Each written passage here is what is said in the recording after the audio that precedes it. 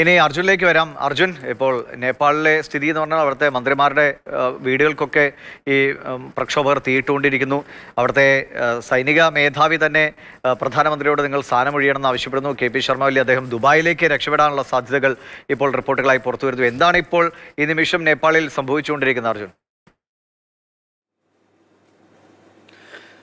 ദിവിഷ്, നേപ്പാൾ പ്രധാനമന്ത്രി രാജിവെക്കാനുള്ള സാധ്യതയാണ് ഏറ്റവും കൂടുതൽ കാണുന്നത്. ഇന്ന് വൈകിട്ട് 6 മണിക്ക് അദ്ദേഹം ഒരു സർവകക്ഷി യോഗം വിളിച്ചിരിക്കുകയാണ്. ആ യോഗം നടക്കുമോ അതല്ല യോഗത്തിൽ അദ്ദേഹത്തിന്റെ രാജ്യപ്രഖ്യാപനം ഉണ്ടാകുമോ എന്നുള്ള കാര്യം തന്നെയാണ് ഇപ്പോൾ ഏറ്റവും കൂടുതൽ ഉറ്റുനോക്കപ്പെടുന്നത്. എന്തായാലും അദ്ദേഹം നേപ്പാൾ വിടാനുള്ള സാധ്യതയും ഇപ്പോൾ കാണുന്നുണ്ട്. കാരണം എത്രയും പെട്ടെന്ന് ഒരു പക്ഷേ ഈ ശർമ്മ ഒലിയെ അവിടെ നിന്ന് മാറ്റിയേക്കാം. അത്തരത്തിൽ അദ്ദേഹത്തിന്റെ സ്വകാര്യ വസതി അടക്കം തീയിടുന്ന അവസ്ഥയാണ് ഇപ്പോൾ ഉണ്ടായിരിക്കുന്നത്. അദ്ദേഹം രാജിവെക്കാതെ എന്തായാലും പ്രക്ഷോഭക്കാർ പിന്നോട്ട് പോകില്ല എന്നുള്ളൊരു പ്രഖ്യാപനത്തിലേക്ക് പ്രതിഷേധക്കാർ, ഈ ജെൻസി എന്ന് പറയുന്ന ഒരു സംഘം എത്തിയിട്ടുണ്ട്. പ്രതിഷേധക്കാർ എന്തായാലും ഈ ഒരു ഘട്ടത്തിൽ അങ്ങനെ എത്തിയിരിക്കുന്നു.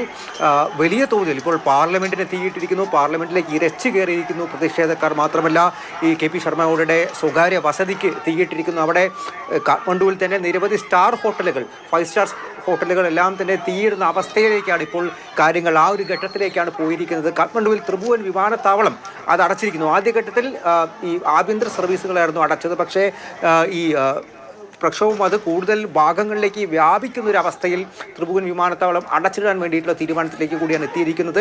VIP ഏരിയകൾ, VIP മേഖലകൾ മുഴുവനും ഇപ്പോൾ സൈന്യത്തിൻ്റെ കൺട്രോളിലാണ്, നിയന്ത്രണത്തിലാണ്. മാത്രമല്ല ഈ നഗരം, കാഠ്മണ്ഡു നഗരവും ഭാഗികമായി അതിൻ്റെ നിയന്ത്രണം സൈന്യം ഏറ്റെടുത്തു എന്നുള്ള കാര്യം തന്നെയാണ് ഇപ്പോൾ പറയാൻ സാധിക്കുക. എന്തായാലും KP ശർമ്മ ഒലി രാജിവെക്കുമോ എന്നുള്ള കാര്യം തന്നെയാണ് ഏറ്റവും കൂടുതൽ നമ്മൾ ഉറ്റുനോക്കപ്പെടുന്നത്. ഇപ്പോൾ നേപ്പാൾ